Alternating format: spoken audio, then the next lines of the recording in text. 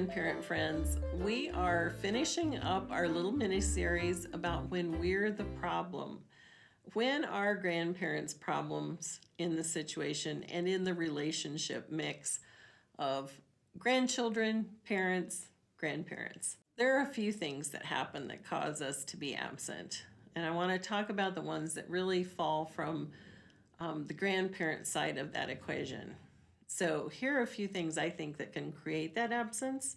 Now, I will tell you that my grandparents were all pretty involved as long as they were alive in our young lives. And so I haven't personally experienced having grandparents that were distant and not involved with our lives.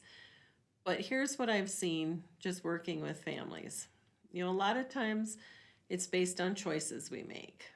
One of the biggest, and this is difficult in our very mobile culture, and that is the distance equation. We make choices where we want to live.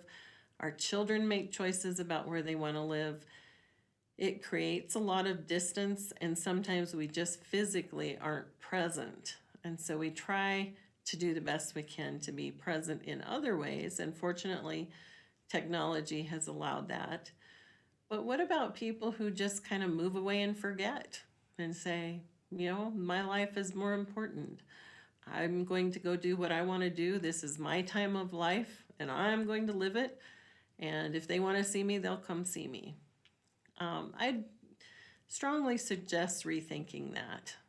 In my work as an attorney, as an estate planning attorney, what I've seen as people, get that final diagnosis or are in their last years and they know it, their focus is usually not on what they want to do. It's what they missed out on as far as family and relationships.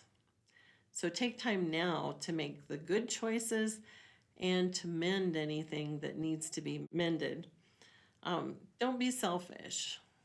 Sometimes that sacrifice, even on into our elder years, pays off exponentially in the joy that we have from the relationships around us. Here's another thing that can create distance. It's when we as grandparents decide we disapprove of how the grandchildren are being raised, and so we're just going to stand back and not participate. Again, I would encourage you to rethink that decision. We don't have to all agree on everything, but we can still love one another and have good relationships. Maybe there are topics that when we know there's strong disagreement, we just kind of walk around those and focus on what's good in the relationship and how to keep it as healthy as possible. What about hostile relationships? I think one of the biggest stereotypes in life that drives me crazy is the in-law stereotype. We do not have to be enemies with our in-laws. I don't care if it's ours to our own mother and father-in-law or down to sons and daughters-in-law. We do not have to be enemies. That stereotype to me is not funny anymore because I've seen it just cause too much damage. And so I would strongly, strongly encourage you to find something good to accept about in-laws from every possible direction. Love, I want to share something. I've seen this on some people post like on Facebook where they're talking about sons or daughters-in-law in particular. And they'll call them sons or daughters in love instead of in law. Now think about that.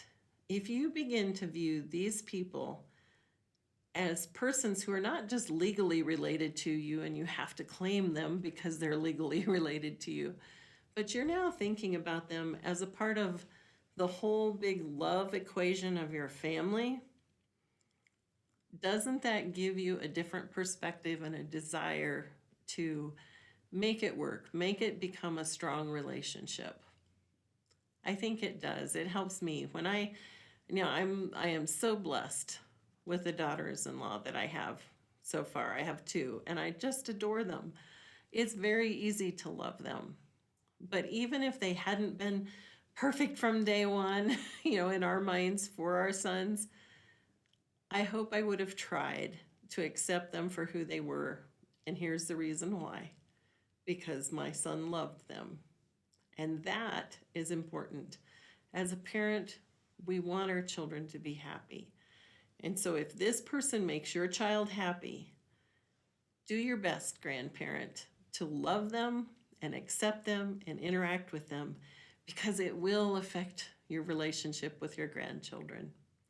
We want that relationship with our grandchildren to be strong and enduring until the day we die. And we can do some things to help make that the case. I hope this hasn't caused you to be upset with us. It's a little bit of a tough series because it causes us to have to look inward a little bit, maybe acknowledge our own faults. But it's really important that we go away and analyze when we're the problem in the relationship and how can we fix it. Take care, my friends. Be grand, and I hope you're never, ever the problem.